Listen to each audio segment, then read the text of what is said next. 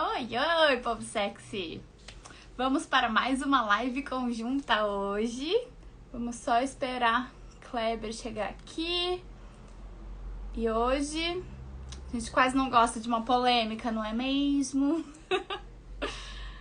Então vamos de uma pequena polêmica, uma pequena grande polêmica. Olha, já chegou. Kleber, se puder enviar aqui a solicitação. Já te achei. Conectando, eu acho. Aê, foi. Tudo bem? Cheguei, gente, cheguei. Gente, desculpa aí pela câmera, que a câmera é assim, não tem como. O meu celular é assim, né? Não tem como mudar ela aqui, né? É um prazer enorme, né? A gente estava esperando muito por esse tempo, né, o Larissa? Por esse momento, né? Acho que é essencial falar dos temas, né? E psicologia e sexologia andam juntas e misturadas, que nem assistentes.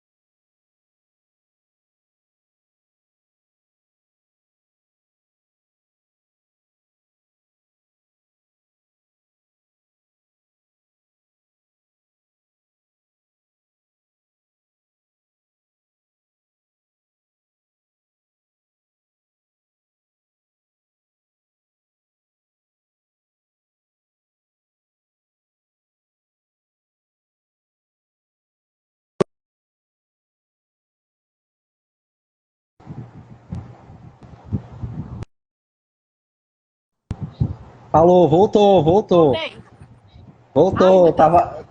Sua cara pausou, sua cara pausou.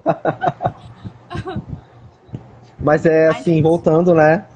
A gente A estava internet. planejando esse tema, né, ô Larissa? Com muita precisão.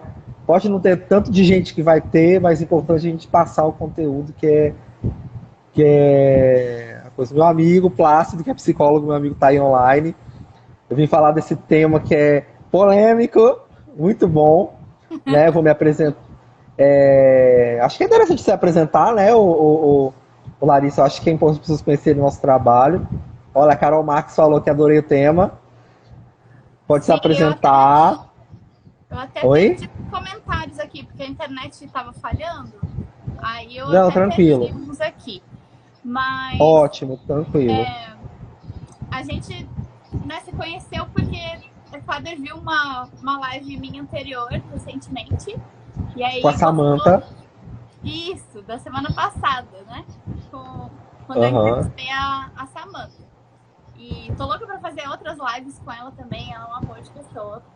E Claro, muito. eu acho que muito do que foi falado semana passada e na anterior vão estar aqui presentes na live de hoje, que é esse tema aí polêmico, o mito da família tradicional brasileira e sua real diversidade. Eu trouxe aqui várias anotaçõezinhas, inclusive de leis, e alguns conceitos e também algumas sugestões de algumas coisas para a gente enriquecer Debater. e continuar esse tema. Quando é live conjunta, gente, é sempre muito comum voar e a gente não dá conta de ficar esse gostinho de quero mais. Então, a gente convida sempre das pessoas que tiverem dúvidas, perguntas, questões, que procurem os nossos serviços e os nossos outros materiais que a gente disponibiliza. Eu sou Larissa, sexóloga, especialista em relações plurais e peculiares, e hoje a gente vai incluir muito dessa conversa nesse tema. E eu Eu quero que sou, agora você se apresente também. eu sou o Kleber, sou psicólogo, sou especializado em psicologia organizacional. Tenho especialização agora na saúde da família e comunidade. Sou brasiliense de nascimento, mas moro em Palmas, Tocantins, trabalho aqui. Hoje estou voltando à área clínica para atuação. Meu foco, o meu foco principal nesse momento são os casais LGBTs, que são uma coisa muito dos LGBTQI+, para incluir todo mundo, para não ficar uma coisa muito estranha. Sou formado há mais de 8 anos pela Faculdade Uniceub em Brasília, né? Sou de lá, já sou formado há esse tempo já sou um bom tempo de estrada. Meu tema de monografia foi sobre a questão das leis de combate à homofobia em escolas, que foi um tema muito interessante. Minha orientadora foi a professora Tatiana Leonce, que acho que todo mundo conhece ela, né? Doutora. E espero que ela estiver olhando. Eu agradeço muito, que eu tenho bebi muitas doses dela. E hoje é um tema tão interessante para a gente trabalhar, né? A gente vai aqui trabalhar muito a questão de mitos e crenças que a gente tem, e a gente não vai aqui, o que você pensa é seu nível de consciência a respeito das coisas, né? E é importante a gente entender aqui que é um momento de bate-papo, de troca de conhecimento. Eu aprender com a Larissa aprender comigo, e vocês aprenderem com nós dois, e nós aprendemos com vocês. Isso é importante no momento. E hoje, para a gente começar a abertura, a Larissa vai trazer umas leis, vai dar umas pinceladas e a gente vai botar. Hoje, para introduzir, eu vou falar sobre a respeito de uma coisinha. Nós sempre somos permeados por um modelo de família tradicional que permeou-se durante muito tempo, né? E é o modelo tradicional baseado na cultura judaico-cristã. E até mesmo a cultura judaico-cristã, com o tempo, foi mostrando-se suas mudanças para se adequar aos nossos contextos de trabalho, nossos contextos de vida, né? Então, nós, casais LGBTQI+, né, nós temos bissexuais, homoafetivos, transafetivos, não afetivos, não binários, nós temos nossa afetividade. E por que a gente não pode montar uma família? Né? Muitas pessoas questionaram, mas dois homoafetivos não podem cuidar porque a criança vai virar. Mito, não é verdade. Até mesmo teóricos da psicologia, psicólogos da psicanálise, Lacan deixa claro que é só um nome. Pai e mãe é só um nome que a gente tem. Né? Um quebrador de crenças. 2 homoafetivos, sim, para desenvolver um laço afetivo, um laço de segurança que a criança necessita para se desenvolver. Isso é muito claro nesse processo de formação. Né? E ele deixa claro que a figura materna pode ser um homem. E a figura materna é uma mulher. Pode.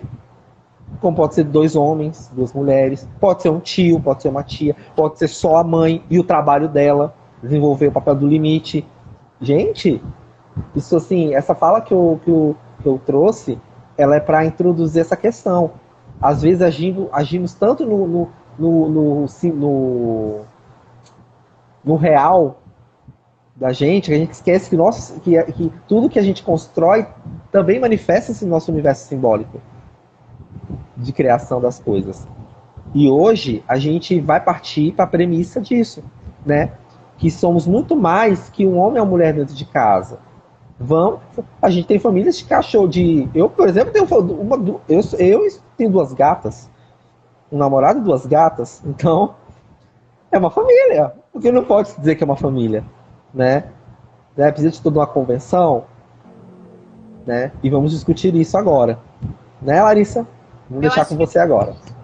O que tem que ficar bem claro aqui é que ninguém tá aqui para destruir família nenhuma.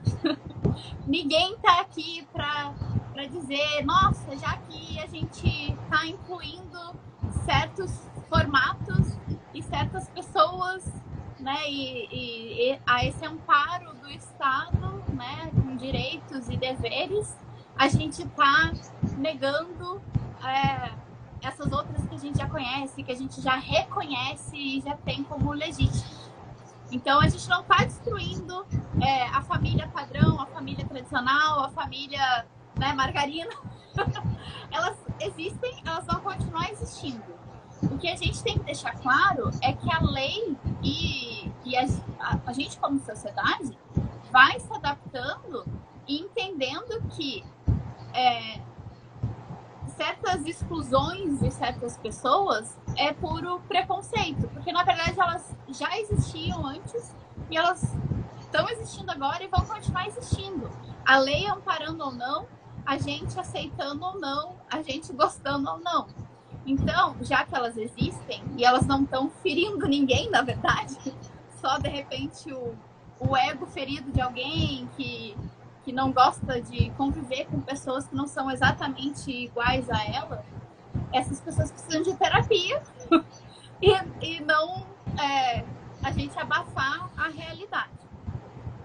Então, eu vou trazer aqui algumas datas e algumas leis que foram, né, se modificando aqui no Brasil. Então, primeiro a gente tem o tal Código Civil Brasileiro de 1916. Então, não é velhinho, mas nem tanto, né? Mas vamos perceber o quão recentes são essas coisas e por isso que a gente consegue entender melhor esse tanto de ranço, esse tanto de preconceito que ainda é enraizado na nossa sociedade. Porque tem muitas mudanças que são muito recentes. Então, nesse Código Civil de 1916, ele basicamente dizia que família era de acordo com o casamento civil entre homem e mulher. Não podia divórcio, né? Não tinha essa permissão de divórcio. Então, constituiu a família, é aquela, pronto, acabou. E tem muita influência do que isso aconteceu na Idade Média e de acordo com preceitos da Igreja Católica. Então, né, hoje em dia a gente tem mais claro aí que devia ser laico, né, o Estado devia ser laico. E naquela época a gente já tinha essa influência e hoje a gente vê de novo, nesses últimos anos, uma série de movimentos que querem trazer valores da igreja ou, sei lá, de que religião para dentro da lei, para dentro do Estado. Uma coisa é a gente respeitar o direito dessas pessoas terem a crença delas. Outra coisa é a gente querer enfiar a goela abaixo a crença de um grupo religioso na sociedade inteira. Aí, esse mesmo Código Brasileiro, esse Código Civil, né, ele também amparava só essas famílias que eram ditas legítimas, e através desse casamento hétero, homem, mulher, que não podia separar, não podia nada. E as uniões livres, na verdade, eles sabiam que já existiam, mas eles condenavam a clandestinidade e a marginalidade ilegal. Então, eles sabiam que essas coisas aconteciam, que essas outras formas de se conviver e de se ter filhos e tudo mais existiam, mas eles esse código não amparava, só dava direitos às famílias legítimas através desse casamento civil hétero. E era bem nítido que era uma família transpessoal, hierarquizada e patriarcal. Então a gente vê várias leis, né, vários desdobramentos desse Código Civil, no sentido de, por exemplo, certas decisões tem que ter, para os filhos menores de 21 anos, tem que ter a decisão de ambos os cônjuges, para decidir o que o filho pode ou não pode fazer. Mas se não for unânime, que opinião prevalece é do homem, é do pai. Ou seja, dane-se a opinião da mulher. Não tinha por que perguntar para ela, porque já que a decisão final, a palavra final ia ser dele, não tinha por que nem perguntar para ela. Então era só um jeitinho de dizer, ela tá ali, ela existe, mas dane-se. Tinha também essas questões muito fortes de que quem é o provedor é o homem, e a mulher tinha o dever de cuidar da casa, dos filhos e da moral dessa família, né, do casamento e da família. Então tem vários desses costumes, tradições que eram carregados para esse código. Aí, em 88, teve a Constituição Federal. Então, a Constituição Federal de 1988 mostrou essa... como eu falei antes, né, deixa eu voltar um pouquinho. Na de 1916, então falava de filhos legítimos e ilegítimos, né? Fora do casamento são os ilegítimos, e também uma hierarquização no sentido de filhos adotados, inclusive. Olha que doideira. Mesmo você adotando os filhos legítimos, né, que fossem biológicos do casal, tinham mais importância, inclusive para a lei, do que as crianças adotadas. Olha o absurdo. Então, com a Constituição Federal, deixou de existir essa distinção dos filhos, tá? Tanto legítimos quanto ilegítimos, adotados e tudo mais. Então, já deu uma equiparidade ali um pouco mais humana, um pouco mais de sentido. Em tese, na teoria, acabou com a desigualdade de direitos e deveres entre homens e mulheres. Também isso foi muito importante, o reconhecimento da união estável e da família monoparental. Então, não precisava mais ter pai e mãe, podia ser só pai ou só mãe. Isso foi extremamente importante e a união estável também. E também só um adendo aqui, que ano foi estabelecida essa lei? 88. Só para passar pro pessoal. Em 88, junto com a nossa Constituição Federal. Então, ó, marcos políticos. Dentro da Constituição. Isso. Dentro do marco da nossa Constituição. Então, gente, fica bem claro isso, né? Você vê a questão da conquista do direito das mulheres, com o tempo, com o voto, do direito à mulher, o direito de divórcio, da mulher ter os direitos dela garantidos, né? Também com isso. Então, a gente tem que perceber que a mudança dos padrões familiares foram se dando com algumas conquistas de direito e com a mudança de conhecimento também. Mudança das leis, a mudança do conhecimento sobre as leis, né? A consciência nossa como sujeito, né? Que também naquela época os movimentos sociais também estavam ganhando força, né? O movimento das mulheres foi um movimento muito forte e hoje ainda continua essa luta, né? Porque hoje, infelizmente, né, a gente vê do meio da família tradicional. Eu que trabalhei no SUS, eu via claramente nas declarações da laqueadura tubária da mulher que ela precisava da autorização do homem para poder fazer a cirurgia. Até hoje, e retrocedeu essa lei. Antigamente a mulher podia fazer a laqueadura sem querer ter filho. Né? Teve 2 filhos separadamente, tudo, e continua isso, né? É uma grande luta. Né? E hoje a gente percebe essa... Hoje pode a laqueadura sem filhos ou com menos de 2 filhos vivos, desde que tenha mais de 25 anos. Exato. E isso tem que ser passado pelo SUS, com um profissional de saúde, com todos os profissionais de saúde. Médico, enfermeiro, psicólogo e assistente social. Eu que trabalho aqui no SUS, vinha muito essas demandas. E vinha demandas de mulheres que não tinham companheiro. Né? Para mim não existe negócio de mãe solteira, isso é mãe, pronto, acabou. Né? Mãe não tem status civil, isso já foi deixado claro. Então, mãe ou pai, isso não tem, essa história. É pai, é mãe. Não deixou deixar isso claro. Outro mito que eu tenho que desfazer aqui não, status civil, pai e mãe não tem status civil. A pessoa tem o status civil dela. O papel dela com pai e mãe, não. Que isso fique claro. Então, com os adventos da Constituição Federal, foram se conseguindo direitos, né? E aí vem o quê? Advento para a nossa população, né, também, LGBT, também teve a questão, né, nosso movimento começar a ganhar força, mas veio outros movimentos para quebrar essa força da gente. O HIV foi dos principais movimentos, foi uma doença que veio mesmo para acometer a população. E, como a nossa colega falou, né, tudo tem uma mudança de acordo com o tempo. E aí, com o tempo, começaram a associar as relações homoafetivas com as relações que transmitiam HIV.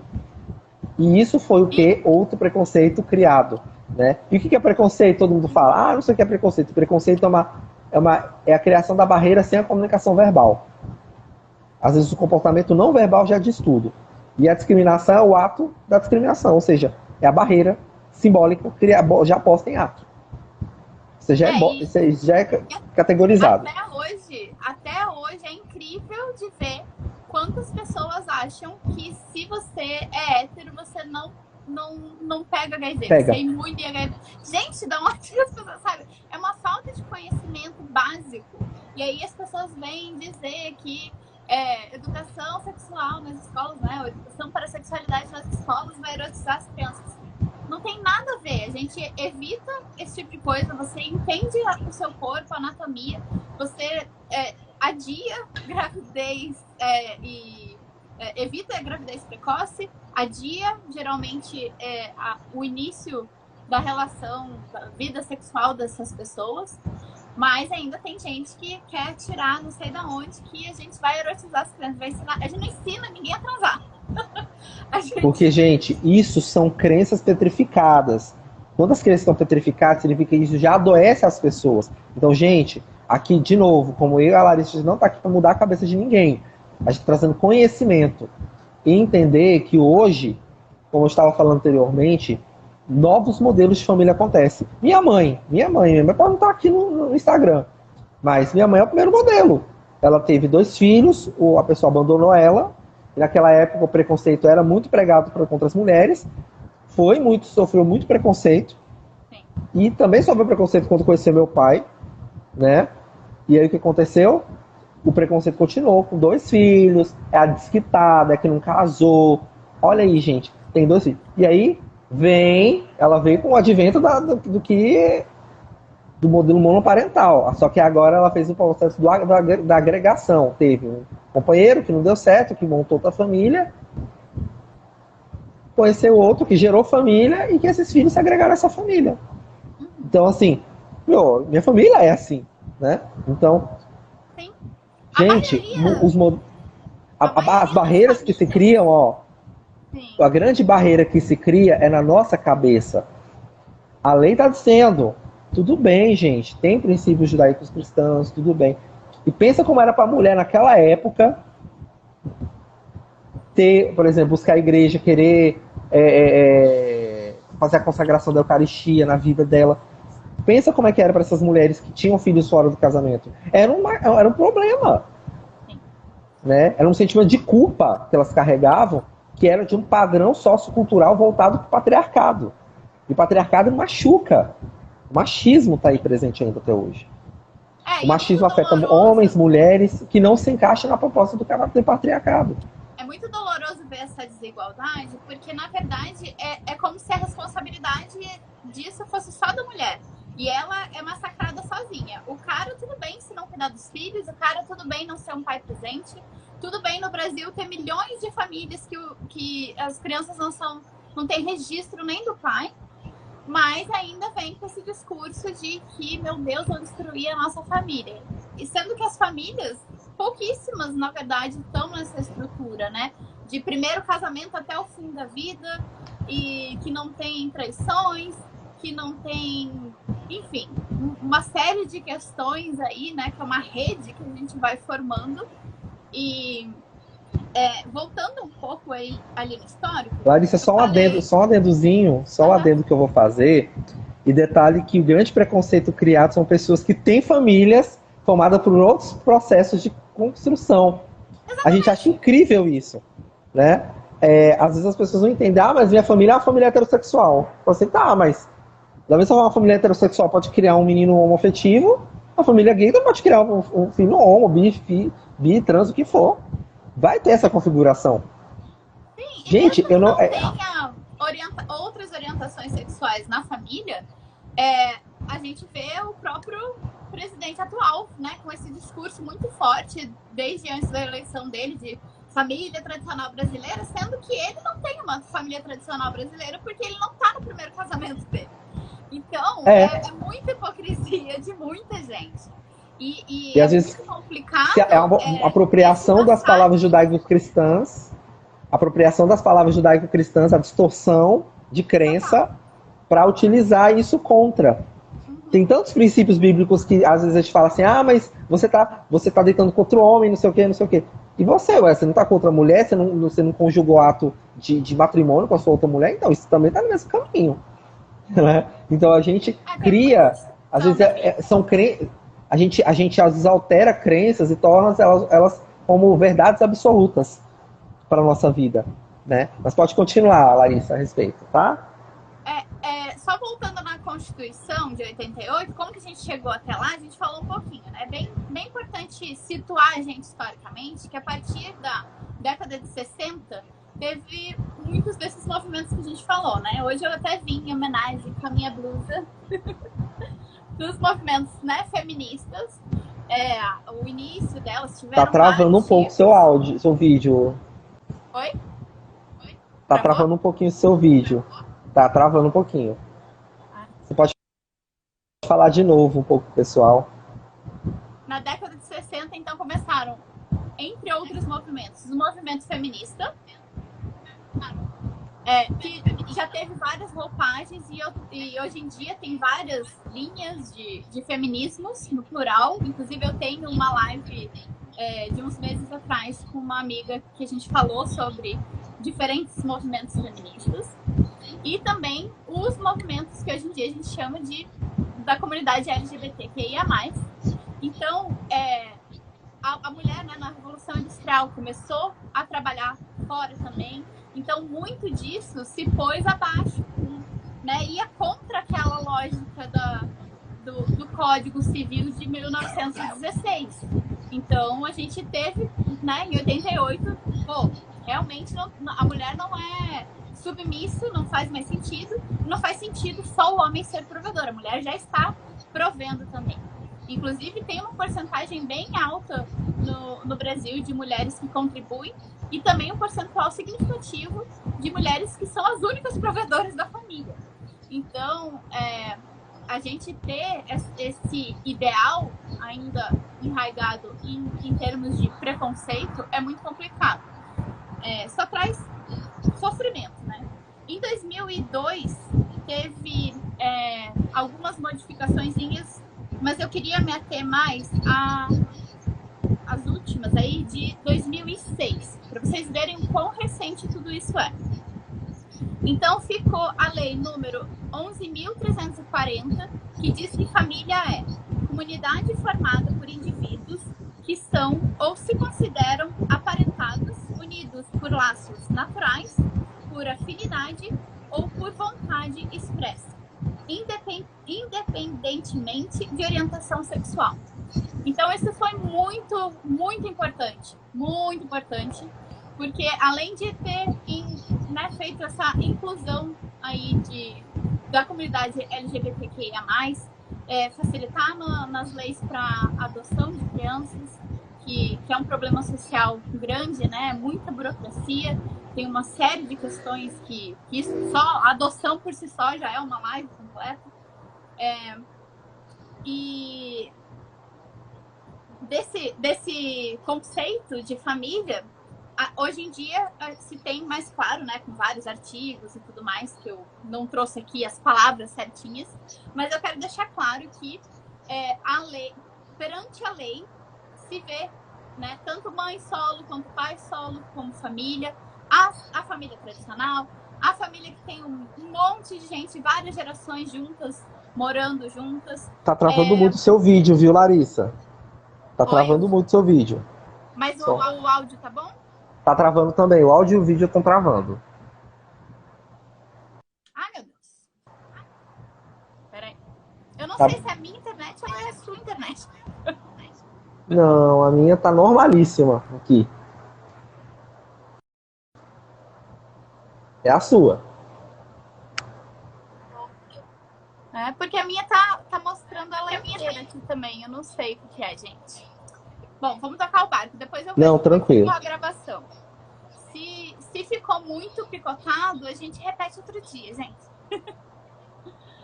Mas, como tranquilo. eu ia dizendo, hoje, por exemplo, se reconhece pessoas que moram em república, né? Ou amigos que resolvem morar juntos. Isso é um tipo de família. Então, tem uma série de discussões hoje em dia, inclusive em relação a famílias poliafetivas. E aí vai muito da discussão que eu tive há 2 lives atrás, né, com o Paulo Vitor, que é advogado. E a gente, inclusive, está começando a organizar uma associação de pessoas que querem representar, não precisa ser poliamorista, né, viver o poliamor ou a poliafetividade para apoiar essa causa. Então, pessoas que querem apoiar os direitos de famílias poliafetivas podem entrar nessa associação e ajudar a gente a representar essas pessoas legalmente perante o Estado. Então, a gente está se organizando. Quem quiser participar, o link do grupo do Telegram tá no meu link da bio. Então, todas as minhas bios tem lá o meu Linktree, e aí você clica lá e encontra o link para esse grupo da associação, que é um movimento que a gente, né, já tem outros movimentos que estão acontecendo, mas a gente quer ver se consegue organizar melhor. Já teve algumas organizações políticas e de leis em relação a isso, mas a gente quer formar isso de novo e fortalecer esse movimento formalmente para representar legalmente, porque a gente recentemente, como foi falado nessa live que passou, a gente teve alguns retrocessos aí com alguns pareceres legais aí que ocorreram. Né? E um deles, né, Larissa, foi a questão da lei do planejamento familiar voltado para a laqueadura da mulher, né? Que antigamente a mulher podia fazer a laqueadura sem a presença de um cônjuge, e quando a gente viu na nova lei, um novo documento, vinha lá a assinatura do cônjuge, para o cônjuge homem assinar. Tá nas reuniões com a mulher. Então, assim, a mulher tinha que ir com o companheiro para poder o companheiro assinar e autorizar por ela. Voltando aos modelos antigos do patriarcado, antes do pré-constituição, né, que a mulher não tinha direitos. Então a gente parece que a gente está voltando a uma era do iluminismo, da pré-modernidade, né, de 100 anos atrás. Não, gente, é muito sério isso, né? Então, assim... Não, é muito sério também, porque as pessoas, além de tirarem o direito das pessoas do próprio corpo, né, das próprias decisões do que fazer com o próprio corpo, e lembrando que é direito de toda pessoa ter acesso a planejamento familiar que ela deseja, né, orientação nesse sentido, e acesso a contraceptivos, quaisquer que ela entenda que é melhor para ela. Depois da orientação, ela vai decidir e ela tem direito a esse acesso. Então, se você tiver, inclusive, dificuldades para ter acesso à laqueadura ou alguma coisa assim, conversem comigo que eu posso encaminhar vocês para pessoas que sejam especialistas aí no assunto, né? Que são advogados que podem ajudar vocês nisso, tendo ou através do plano de saúde ou através do SUS, tá? E só um adendo aqui, eu que saí do SUS agora há pouco da residência, as cirurgias eletivas, principalmente as de laqueadura e de vasectomia, elas estão suspensas devido à questão do aumento dos casos de Covid. Então, gente, vamos ter calma, tudo. Aqui em Palmas, saia mais as vasectomias, né, porque as vasectomias são feitas pelo município. E as laqueaduras ficam na fila devido a que são feitas pelo Estado, né? Sim. Então, é uma coisa muito delicada. Isso é um conhecimento que eu queria passar para vocês também, né, gente? Aqui em Palmas é assim. Não sei como está nos outros estados a respeito dessa situação. Mas uma coisa que a Larissa trouxe é muito importante. A gente trouxe a questão das famílias multidiversas para o nosso contexto de atuação, atualização, né, do nosso processo. E vem os retrocessos, às vezes até mesmo pelo estilo político que vem para cuidar do nosso país. Então a gente tem que entender que o nosso contexto ele é variado e tem pessoas que realmente acham contra um absurdo. Um homem viver sozinho, uma mulher viver sozinho, um homem cuidar de 2 filhos, uma mulher cuidar de 2 filhos. Um homem que não casou, não tem filhos, mas tem 2 gatos. Uma mulher que tem 15 gatos em casa, mora sozinha. Um casal que não tem filhos. Um casal hétero que não tem filhos. Um casal gay que quer ter filhos. Então, gente, é variado. né? A questão do respeito se torna essencial nesse momento, né? Há questões judaico-cristãs implicadas, como a Carol colocou. Em Portugal, as mulheres têm direito ao aborto no começo da gestação. Por quê? Porque lá se tornou a laicidade uma coisa que é essencial. Gente, é essencial você pensar que o Estado não pode estar associado à religião. Isso é fato. A discussão que a Tatiana Leon sempre trouxe nas discussões dela, e de mais pessoas voltadas para as discussões de gênero, como a Simone de Beauvoir, a Judith Butler, ela traz claramente que não precisa, gente, não precisa da religião estar ali. Ela é essencial para o processo da sua espiritualidade. Ela é essencial para esse ponto. Mas ela interferir na cultura e na forma que os sujeitos vivem e às vezes sofrem por causa disso, isso adoece os sujeitos. A gente esquece. É muito perigoso quando afeta as leis, né? Quando afeta os direitos das pessoas. Pois e nós a gente pode terminar, desculpa.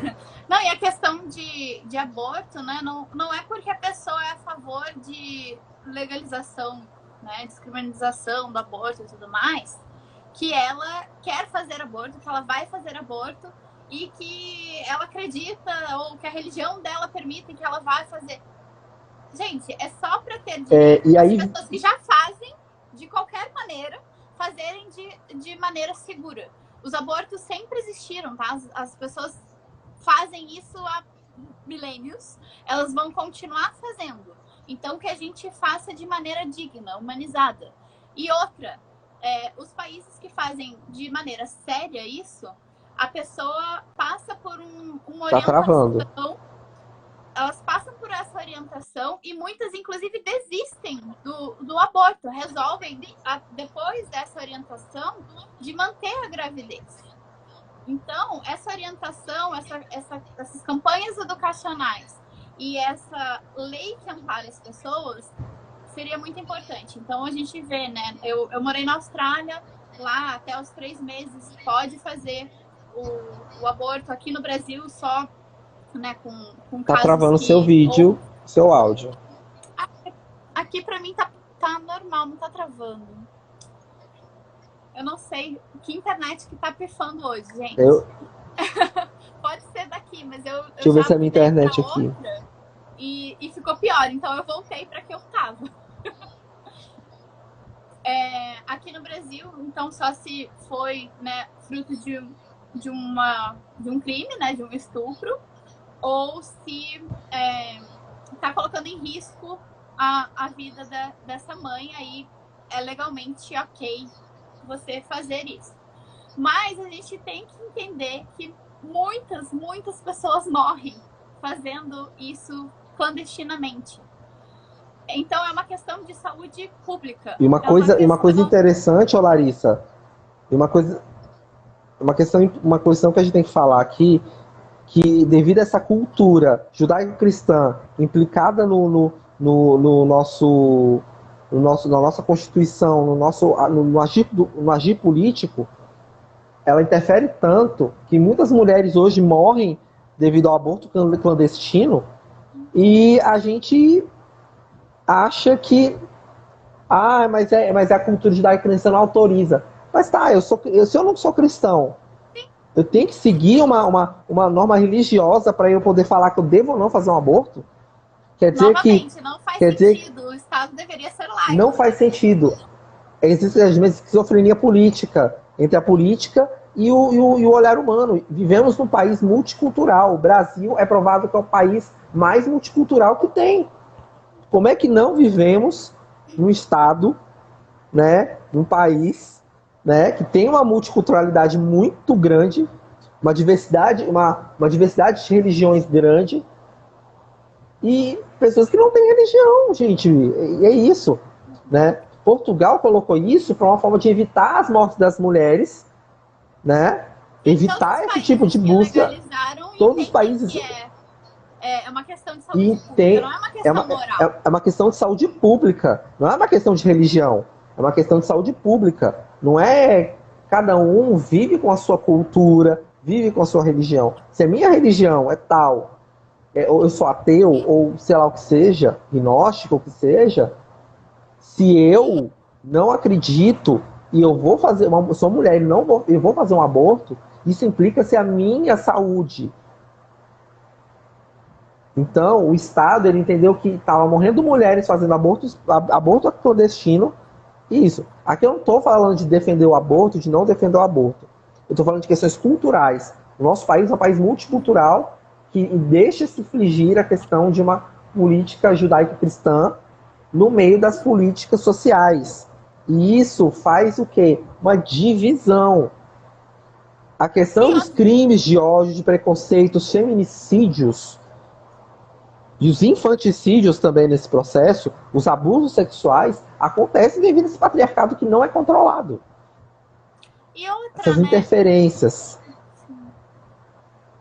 E outra, eu não conheço nenhuma pessoa que tenha religião que nunca tenha cometido pecado. Então, por que a gente vai impedir o pecado alheio, né?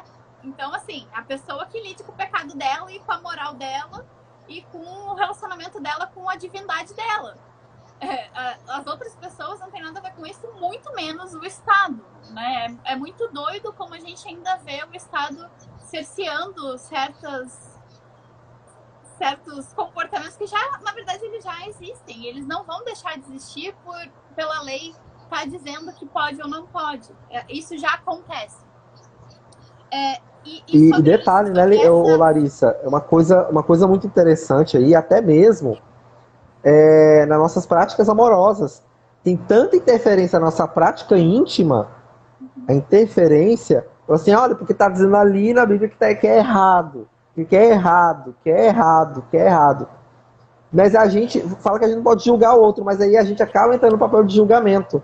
É uma coisa incrível, né? Ah, mas eu não estou julgando, eu estou falando que está na Bíblia. Não, gente, mas a minha verdade, por exemplo, a minha verdade não vai caber na verdade da Larissa. Se a Larissa acredita que 3 pessoas, por exemplo, se eu acredito que existe um relacionamento homoafetivo de 2 homens que dá certo, que pode casar e que tem uma história que é positiva, com fidelidade, é a minha verdade. Se ela quiser acreditar ou não, é uma coisa dela. Isso vai da crença dela. Então, as nossas crenças, a implicação crença de... Desculpa. Eu acho muito a implicação da crença, né? Isso é uma conveniência que às vezes a gente impõe conveniências dos nossos para os outros. É um imperativo de construções, de uma construção de uma política de quê? É uma política da exclusão. Eu não vou querer aceitar a Larissa porque a Larissa é poliamorosa. É um exemplo, vou dar aqui. Mas é a Larissa, é uma pessoa, ela é um ser humano. É o que ela decidiu para a vida dela. É a subjetividade dela, né? E a gente vê leis que posturas, às vezes posturas pessoais interferentes com essa cultura política judaico-cristã, jogada nessa situação, nessa cultura de exclusão. A gente exclui o outro porque está ali dizendo que é errado.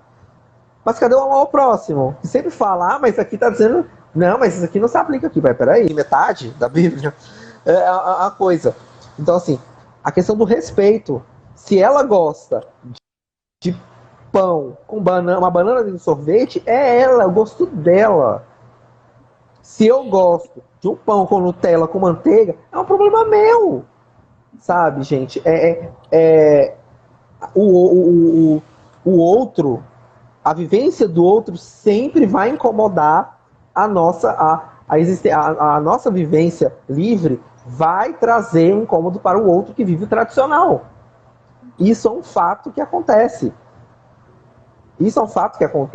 As pessoas assim, pra que você gay vai querer adotar? Pra ter trabalho? Pra ter estresse? Pra ter trabalho, pra ter estresse na sua vida? É o julgamento. Você vai se relacionar... Olha o preconceito, às vezes até no nosso nicho nosso meio. Você é magrinho e tal, você se envolve com esse gordinho. Você vai se envolver com esse menino de óculos. Você vai se envolver com essa feminada. É isso, a gente tem. O nosso preconceito é tão descarado que a gente fala, eu não sou preconceituoso, mas na hora de excluir o outro, isso acontece. Eu tenho Então, vontade de fazer e, uma live exclusiva, assim, focada em partes da Bíblia, porque é muita contradição, né? Na mesma parte lá que se fala de certas coisas que daí as pessoas interpretam como problema de homem com homem, aí fala que não pode dormir na mesma cama quando a mulher está menstruada. Eu duvido que essas pessoas que tenham homofobia nelas e ficam fazendo essas violências homofóbicas por aí, deixam de dormir com as esposas ou com as parceiras, né? Ou com os parceiros que têm ciclo menstrual, e deixam de ficar na mesma, né, dividir a cama com essas pessoas. E isso é só um exemplo, porque tem coisas de tranças, tem de tecidos diferentes, enfim, uma infinidade de coisas que, na verdade, eram muito mais costumes da época, relatos da época, do que são para ser ensinamentos para a gente levar hoje em dia para gente. Então, a gente tem que tomar cuidado com essas interpretações e é muito complicado, porque as pessoas só usam o que convém e para julgar os outros, em vez de usar a palavra para o bem, né? Que deveria ser o lance do negócio.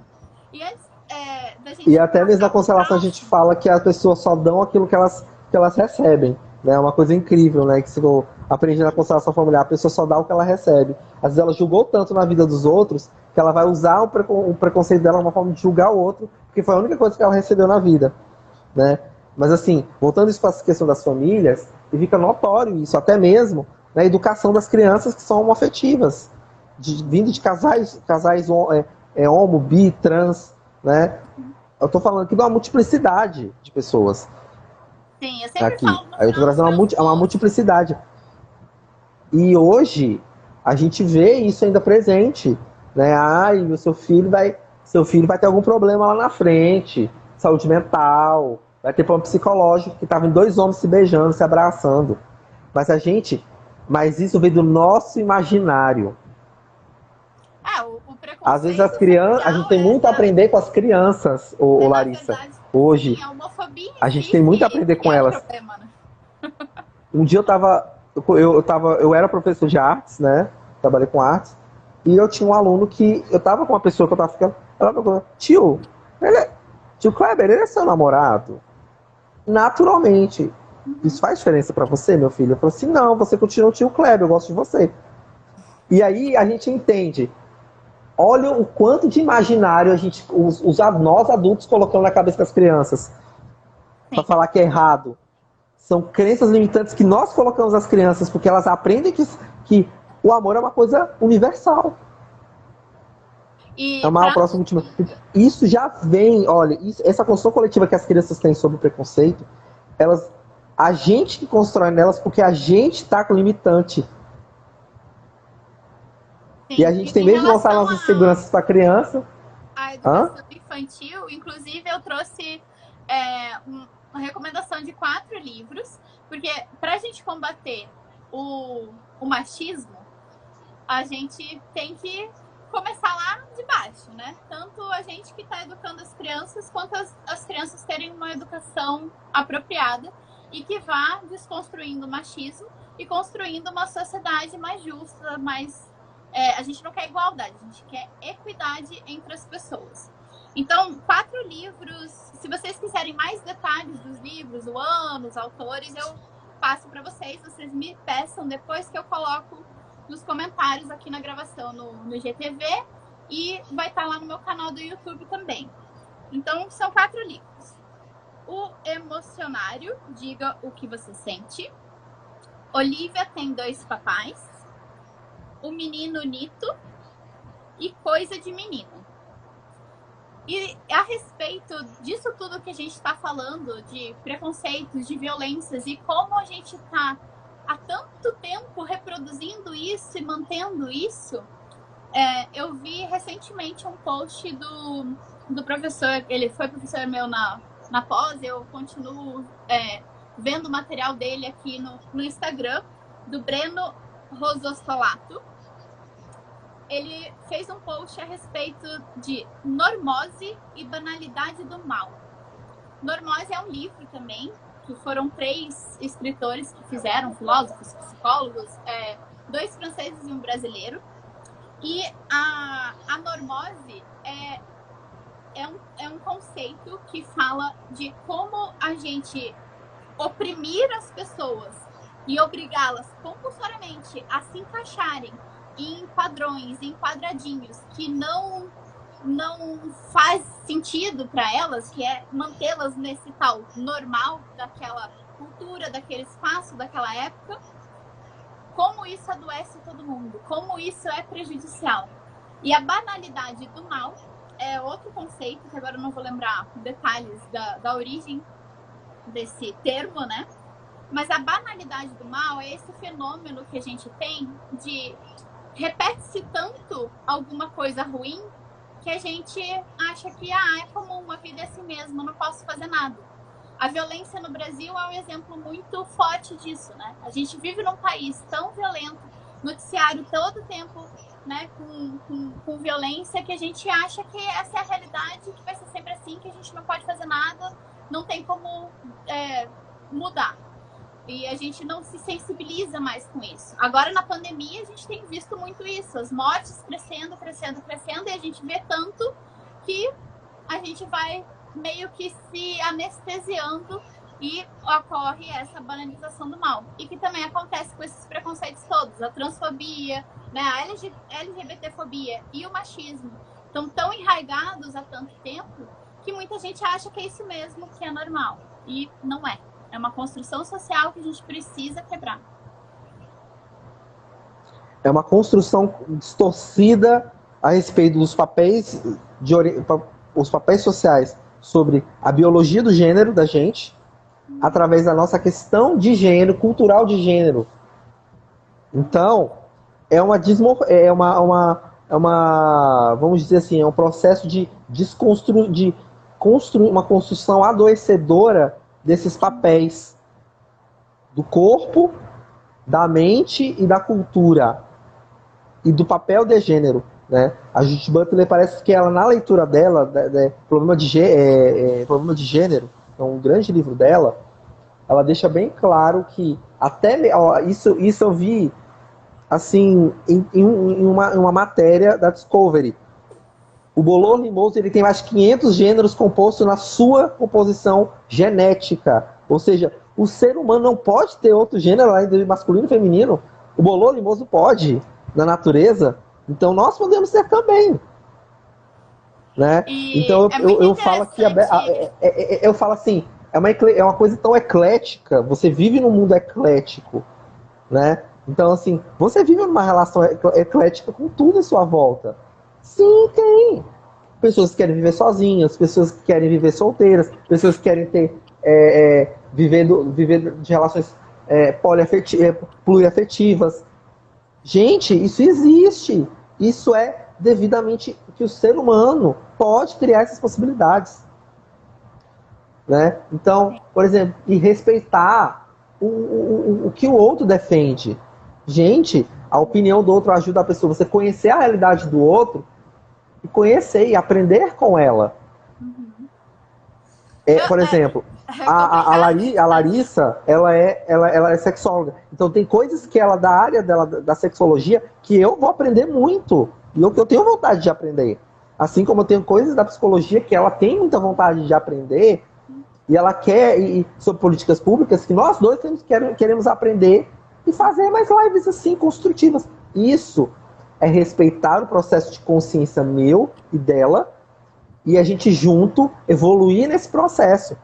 E às vezes a gente não entende que a construção de famílias, hoje a gente tá, esse negócio da FTB, que a gente fala, vou chamar de FTB porque é Família Tradicional Brasileira, a gente não tem família tradicional, a gente tem famílias brasileiras.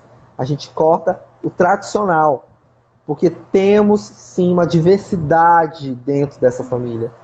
Quer dizer que se eu cuido de um gato, eu não posso estar, e cuido desses filhotinhos desse gato, eu não vou estar agregando esses animais ao meu sistema familiar?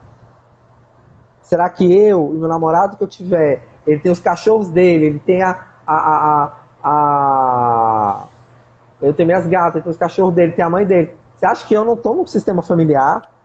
Será que eu tenho que ser eu e uma mulher para ter dois filhos, um cachorro e as duas gatas, os dois cachorros, um zoológico, mas ser uma família tradicional brasileira? Gente, a gente tem que sair desse propósito, dessa zona de conforto, e entender que somos diferentes uns dos outros. Que a minha existência, né? Eu posso aprender, esse que é uma pluralidade. Lance. A diversidade sempre existiu e não vai deixar de existir, independente de quantos movimentos quiserem cercear. A única coisa é que você marginaliza essas pessoas, você torna um processo violento contra essas pessoas e você arranca direitos dessas pessoas que deveriam ter equidade perante a lei e dignidade no dia a dia. Eu sempre coloco no final dos meus posts, né? Celebrando a diversidade. A gente aprende tanto com a diversidade, né? E por que a gente quer abafar? E por que essa pira de querer todo mundo igualzinho? Se a gente quer todo mundo igualzinho, a gente fabrica robôs. A gente não tá vivendo com seres humanos. Então, assim, e, assim, é uma negação até o processo. da realidade. Eu vou te trazer uma realidade para as pessoas terem conscientização. Eu tenho alergia a abacaxi, né? E na minha família, minha irmã sempre fazia um mousse de abacaxi. E ela sabendo que eu sou alérgico. E que eu posso parar no hospital e acabar indo a óbito. E eu não posso comer, vou fazer uma coisa diferente para você. E isso é um processo de discriminação. Você está discriminando, né? E assim, até voltando para a questão do meu trabalho. Porque hoje o Kleber está voltando para a questão dos casais LGBTQI+. Casais, enfim. Porque eu não vejo hoje eu estou vendo, começando a ver essa questão do acompanhamento dessas pessoas. Mas os casais que existem hoje, que são do nosso nicho de trabalho, por que eu não posso trabalhar com esse público? Né? Só tem que ser casal heteroafetivo. Porque tem peculiaridades que na relação heteroafetiva tem, que na homo, bi, transafetiva não tem. Que tem numa e não tem na outra. E cada nicho vai ter a sua construção. Né? Eu falo aqui abertamente, gente. Tem peculiaridades nos relacionamentos hoje em dia, né? Quando eu estou falando de família, falar de relação amorosa dentro do meio do nosso lindo e belo arco-íris de todas as cores possíveis, incluindo todas as sexualidades, construções de gênero existentes, eu estou falando isso. Essa importância. E as construções que temos sobre as relações humanas, as relações amorosas, né? Então, o meu foco de trabalho é exatamente trazer isso, né? De que eu quero construir uma família, mas eu tenho medo da minha família pensar alguma coisa. Mas quem quer construir a família? Você? Ou a sua família quer que você construa uma do jeito deles? Você quer agradar quem? A você? Que lutou tanto para ter um companheiro, hoje você está querendo criar uma família à parte? Então, assim, vamos aprender que a nossa vontade, por exemplo, vou colocar aqui uma questão familiar. Nossos pais querem que a gente tenha uma relação heteroafetiva com filhos, bem sucedido, trabalhando na carreira. Mas quando não vê que isso não sai de acordo, é aquilo, gente. A gente tem que desconstruir na nossa cabeça que existe só um modelo para tudo. Não existe não existe só uma forma de bolo, gente. Tem redonda, sem um buraquinho no meio, tem a quadrada, tem triangular, tem de todos os tamanhos. Então a gente tem que entender que a gente não tem que... Se eu sou triangular, eu não vou caber num círculo. Eu vou me sentir incompleto. Então, gente, temos que pensar isso, que somos... Né? Estamos numa diversidade. Que são aspectos da nossa identidade. Não é questão de escolher. Lógico, uma pessoa em alguma fase da vida pode... vou escolher ser não monogâmico para ver qual é que é, como eu me sinto e aprender, ter esse autoconhecimento. E aí vai ver se identifica de um jeito ou de outro. Mas, lógico, isso pode ser fluido, tá, gente? Não é porque a pessoa começou hétero e vai morrer hétero, ou porque ela era bi e vai morrer bi. Isso pode realmente flutuar. A sexualidade humana, ela é... Fluidez. Fluidez. Existe a fluidez. De qualquer maneira, não é uma escolha. Práticas pontuais são escolhas. Mas ela ter esse impulso, esse direcionamento dela tanto de orientação relacional, quanto orientação sexual, quanto identidade de gênero, não são escolhas. Tudo isso faz parte da identidade da pessoa. Dois materiais que eu quero citar aqui, que eu lembrei com esse papo todo, tá acabando aqui, eu vou fechar com esses dois. A respeito de gênero, tem um vídeo do Guilherme, que faz a drag queen Rita Von Hunt, do canal do YouTube Tempero Drag, que fala sobre aquele caso que teve, acho que ano retrasado, de expulsarem uma mulher trans de um banheiro do shopping e tal. Foi super violento, horrível. E que, na verdade, a lei fala que, inclusive nas escolas, a pessoa pode ir ao banheiro com o gênero que ela se identifica, independente da genética dela, o que ela tem entre as pernas. Mas nesse vídeo fala que, na verdade, os corpos, as pessoas trans, sempre existiram. Se você for fazer um estudo mais antigo, tanto de entidades religiosas quanto de pessoas mesmo, e tribos e comunidades que viam os gêneros das pessoas, eram de 3 a 5 gêneros, pelo menos ali, que se reconheciam. Esse lance de binaridade é uma coisa mais recente, na verdade. Então, como, né, esse ideal de cristianismo e de ideal europeu foi tomando, né, foi dominando outras culturas e noções de pessoas, de mundo, e que é importante a gente entender que, na verdade, não foi sempre assim, a gente está querendo criar novos. Na verdade, as pessoas já existem. E eles simplesmente reconheciam isso e colocavam nomes diferentes.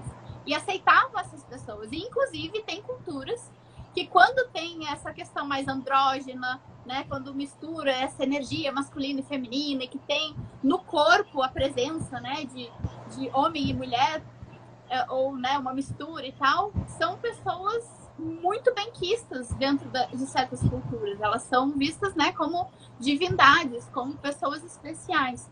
Então, se a gente perceber isso, a gente ter esse conhecimento, acho que ajuda a gente abrir os horizontes da nossa cabeça para ter uma lente diferente para enxergar essas questões, que eu acho bem importante. E outra foi que eu, procurando material aqui também, me preparando para a live de hoje, obviamente eu me deparei com vários vídeos, inclusive tenebrosos, falando, né, de família, destruição da família, e misturando muitos conceitos, inclusive de crimes, com conceito de família que não tem nada a ver, e que ninguém aqui tá sendo a favor de crime nenhum para se formar família. E tinha um vídeo que a Damares fala da questão de uma das leis. Esse vídeo é antigo, tá? Tem uns 6 anos. De algumas leis que estavam sendo discutidas e postas e tudo mais para desconstrução da heteronormatividade. Só que claramente no vídeo você percebe que ela não entende o que é heteronormatividade. Tanto é que ela se embola tanto que ela fala, se fosse construção da homonormatividade, tudo bem, mas desconstrução da heteronormatividade? Ou seja, ela não entende que heteronormatividade quer dizer que a norma é compulsoriamente dizer que o certo é só heterossexual, que as outras pessoas não têm espaço. Desconstruir a heteronormatividade não é desconstruir a heteroafetividade de várias pessoas. Elas vão poder continuar existindo e sendo respeitadas. Então, acabou a luz aqui do ring light.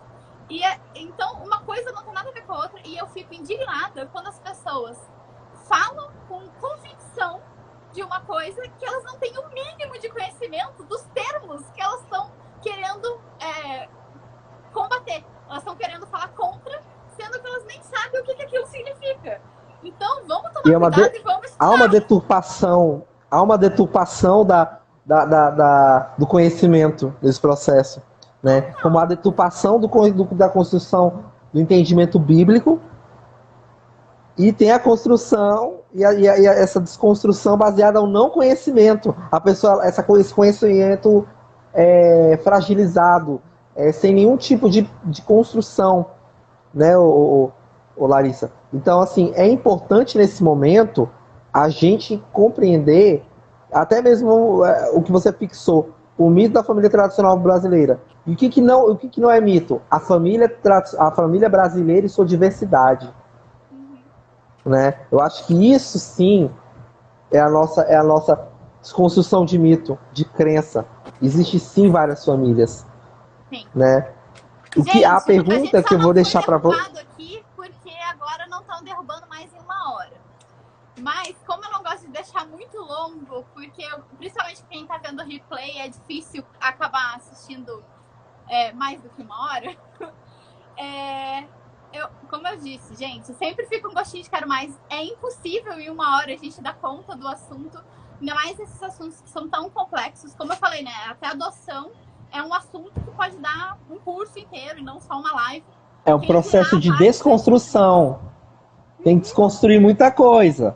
É lei, é falar de homofobia, transfobia, bifobia, transfobia, homofobia. Tem que desconstruir essas coisas pra gente falar de família. Porque na família vai ter. Sim. Então é importante a gente falar dessas situações, né? Eu quero fazer uma pontuação aqui. Eu queria agradecer, Larissa, pela oportunidade de estar aqui, né, representando tanto Palmas como Brasília, mas representando a psicologia, né? O movimento também, porque eu também sou o LGBTQI+. E estou feliz, muito grato desse convite, né? Uma bibliografia que eu vou pedir essencialidade para vocês é a Judith Butler, que é Problema de Gênero, que é essencial, né? Pierre Bourdieu, que ele é antigo, mas ele fala sobre a dominação masculina. Muito importante isso, essa leitura. Homofobia, do Daniel Bourrillo, que é um conhecidíssimo desse termo. E a Homofobia e Educação, agora não vou lembrar de uma delas, mas uma é a minha professora, Tatiana Leonço. Acho que é Débora Duarte, não, tem que lembrar o nome da outra. Que é Homofobia e Educação, que fala sobre algumas temáticas voltadas para a questão de como as questões de preconceito elas afetam o ser humano desde criança. Então, são literaturas que se vocês tiverem interesse, eu vou pesquisar, passar para vocês, tá bom? Mas, primeiramente, antes de tudo, gratidão por essa pessoa, essa sexóloga maravilhosa. Né? Gente, explorem ela. Gostei muito dela. A Larissa, ela é uma pessoa... Já percebi que temos um feeling aí para criar muita coisa, né, Larissa? Falar de muitos assuntos. Eu estou disposto. Vamos fechar mais lives, sim, que minhas quintas-feiras eu posso deixar exclusivo para estar com você, se você quiser. Entendeu? Não, que isso, gente. Eu quero a diversidade. Você tem que bater papo com outras pessoas também. Mas pode me chamar que eu tô dentro desse meio aí, tá bom? Gente, eu agradeço de coração. Obrigada a todo mundo que veio. Obrigada, Kleber, por ter lá ido no meu inbox e falado, então, quero fazer a live, ter tido essa iniciativa, ter curtido o meu trabalho antes e ter querido fazer essa live conjunta. Eu tenho essas lives fixas toda quinta-feira, geralmente às 19 horas. E aí, às vezes, eu faço uma extra, né, em outro horário, dependendo de com quem que eu tô fazendo, precisa ser outro horário, outro dia. Mas, geralmente, aqui às quintas. E, gente, ajudem no engajamento, porque esses assuntos sobre sexualidade no algoritmo estão caindo cada vez mais. Tá muito difícil manter o trabalho. Eu dei um bug aqui hoje, inclusive, eu não consegui ver, os comentários não apareceram para mim. Então, se por acaso vocês colocaram alguma coisa que eu não vi, que vocês queiram que eu responda, coloque na gravação do IGTV ou lá no meu canal do YouTube. Tudo isso vocês encontram no meu Linktree, que é o link das minhas bios. E meus atendimentos personalizados online estão disponíveis. E até semana que vem eu vou lançar aquele meu workshop que era para ter sido só uma vez, mas eu resolvi ter ele diretão, então eu tô colocando mais material. Até semana que vem eu consigo lançar Vai ser super acessível, vai estar sempre à venda aí, não sei por quanto tempo, por R$ 30. Então é super Tá? E, gente, acessível. eu também vou divulgar, porque eu também sou profissional, assim, competente que nem a nossa colega, né? Gente, população LGBT, casais LGBTs que estão nessas questões existenciais, essa pandemia, não pode ter contato físico, presencial. Eu faço atendimento online também de casais LGBTQI+, sobre questões de relacionamento amoroso, de autoconhecimento dentro da relação. Se vocês tiverem interesse, né, me podem procurar no privado. Se vocês quiserem temas para serem trabalhados, que eu posso também fazer com Larissa, com qualquer outra pessoa, vocês me chamem, estarei à disposição de vocês, tá bom? Podem me procurar, meu perfil aqui é psicólogo Kleber Félix 001611, né? E a nossa amiga Larissa S.R. Pombo, né? Que é a nossa sexóloga maravilhosa. Que eu aprendi hoje, foi uma aula com essa menina. Essa mina aqui, não é, essa menina é a mina. Viu, gente? Arrasou. E até outra oportunidade, gratidão eterna pelo seu trabalho. Continue incentivando esses estudos sobre família, gênero, o que for. Só vai crescer. Gente, Tá bom? brigadíssima. E ajudem a gente, engajem. Live gravada? Eu quero a live gravada. Quero a live gravadinha, que eu quero colocar no meu perfil do GTV. Sim. Ótimo. Gente, tchau, obrigada. tchau, gente. Continuem celebrando a diversidade e fiquem bem. Tchau. Gratidão. Também.